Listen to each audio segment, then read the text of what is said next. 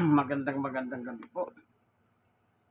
Makinig po tayo kay Atty. Domingo Hegoy Cayosa, constitutional law expert, past president, VP, patungkol sa day 8 ng impeachment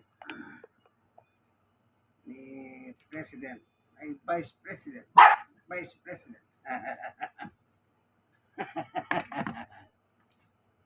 President si Sara. Po, importante yun na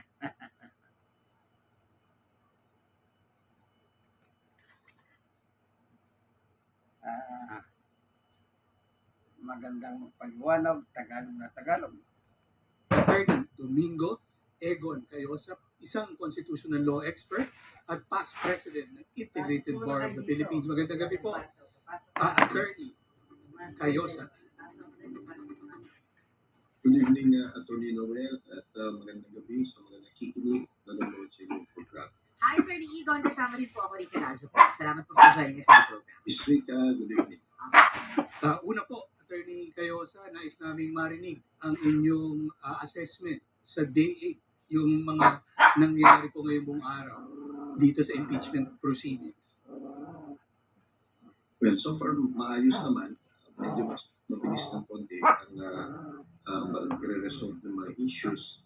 At from the point of view ng prosecution, may pasok nila yung testimonya, mahaba nga yung testimonya ng NBI director na pagkatahi niya yung mga gaps, yung mga hindi nasasagot noon ng mga naunang witnesses from NBI, kinakailangan at nasagot naman niya sapagkat siya na yung director siya na yung pinakamataas dun sa task force na nag-iimbestiga. Yun naman po sa punto ng defense ay nagtagumpay naman sila na ipakita in one way or the other na parang tinitibag nila yung credibility at integrity of testimony ng witness.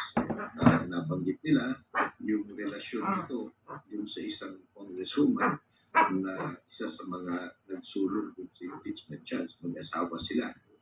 Na ano din nila na yung investigasyon nila hindi pa final. Ongoing pa lang yung kanilang investigasyon at meron pa lang mga pasok. Ang nailusot ng prosecution by may say yung mga ibang testimonya, lalong-lalong kay Las Cañas, yung testigo laban sa Pangulong Duterte dun sa ICC, na ipasok na ito. Normally, mahirap na ipasok kung tutumukin mo yung krimen mismo. Ito, pasok nila dahil ginawang ito basihan pala yung sa kanilang investigation. So I think that was a smart of the prosecution. Of course, pinapatigil kung bakit pasok yun, but it was not to prove that ginawa nila yun as a basis for the investigation. So, nakapasok yun, damaging yun sa Vice President. Totoo naman, yung iba, depensa na na-itusip at dahil na-showing ay damaging sa Vice President kasi nag-introduce ang isang aspeto na hindi naman direktang tukoy o relevant dito sa issue ng grave threats ng Vice President. So, from both sides, nagawa nila, pero yung hinihintay nating pasabog kasi maraming mga sa kanya, mga statements, yung prosecution na meron daw pasabog si Director Matina, mukhang hindi naman pasabog. Hindi naman wala sumabog ng malala. Did not live up to the hype. So, there's nothing much new dun sa kanyang testimonya. Attorney Cayosa, doon sa punto halimbawa na mayroong mga statements or opinion columns na isulat. The Bratinella series. Oo, hindi pa siya director ng NBI. So, ano ang tingin niyo doon? But yun yung linabas yun at na para ibigyan na para bang you're not a credible witness, you're a disinterested witness. Pero ito kasi ang one this is a caution to us lawyers, di ba, Attorney Noel, na pag yung competent yung witness at alam niya ang kanyang ginagawa, huwag mo na siya masyadong tanongin kasi siya binabalik niya yung mga tanong at tinadagdagan pa niya. Meron pa siyang mga counter-attack. Kumbaga, normally, a witness doesn't do that. Sasagutin lang ang tanong mo siya, binabalik niya ka At saka, dinadagdagan pa niya para mas lalong magtiin. At marunong siyang i-evade o kaya sagutin ka agad, tatanggapin niya yung katotohanan, pero kaagad gumagawa siya ng explanation. At napansin niyo rin po ba yung naisingit niya na yung bratinela daw ay hindi galing sa kanya bibig, kundi galing sa dating Pangulo. oo, yung ama ng ating Vice President. Yung mga ganun ba, di ba, pati yung inaamin niya, pero pati nga yung signature, nagtangka pa siyang medyo i-evade. Pero sa kahuli-hulihan, sabi niya, para mga tayong mag-debate, sige, tatanggapin ko sa misis ko yan, at saka congresswoman siya, talagang yung kasama siya dun sa nag-endorse, pero walang kinalaman ang aking trabaho sa kanyang trabaho. Sana yung mga nasa gobyerno sa sagot na yan. Pero Attorney Cayosa, hindi ito gaano natutukan ngayong araw, pero kumbaga kasi meron pa unang pagbabala yung presiding officer tungkol dun sa mga nasasabi o yung mga statements outside of the impeachment proceedings ni NBI Director Matibag na patungkol doon sa mga senator judges. But he did not mention names Hindi nga, before. pero kumbaga, May tinamaan. Nasa pool. oo, pero kumbaga, in terms of, kasi pinag-usapan natin credibility, di ba? At yun nga, maraming punto na sa kanyang timing ng pag-reveal nitong mga ongoing investigation. Sa tingin mo ay meron ba yung epekto sa kanyang testimonya? Pero of course, meron. Kasi nga, yung introduce ng pagkaduda. To completely block it, hindi nangyari. Or to completely demolish it, hindi naman nangyari. So at least, ayun, meron titimban ang mga senador pagdating sa credibility issue ng director na ito. At ang advantage ng prosecution, yung kanya karamihan, alam na rin natin, di ba? Meron ba siya naman na gawa-gawa? Siyempre, kung tatanong mo siya sa ilang investigation, pwede nilang dagdagan kahit anong nangyayari dyan, di ba? So, hindi lang na-practice o kaya hindi niya in-emphasize na ang lahat na ito, hindi lang naman ako may kagagawan. This is the work of the NBI. Mas matimbang sana yung ganon. Hindi ko ito yung aking trabaho, hindi ko lang opinion ito, hindi ko lang output ito. Dumaan ko sa napakaraming professional na mga abogado at mga ahente at mga intelligence officers ng NBI. Kasi palagi ang inaano nila yung credibility niya as a witness. Kapag ilan yun na, ito hindi resulta na, hindi personal sa akin po. Trabaho ng aking ahensya. Pag ganun kasi ang packaging mo, mahirap talaga tibagin. Kasi NBI yan. These bureaucrats, these are civil servants. We have to presume that they're doing their job.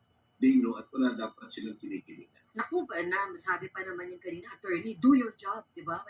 May bahagi na ganun eh. Let's do our job. Anyway, we've been seeing character assassination since nagsimula po tayo sa ating first witness, attorney. Pero ito din po ay gusto ko ring malaman kasi palagi pong paulit-ulit silang tinatanong. Do you have personal knowledge of ganito-ganyan? Do you have personal knowledge of this and that?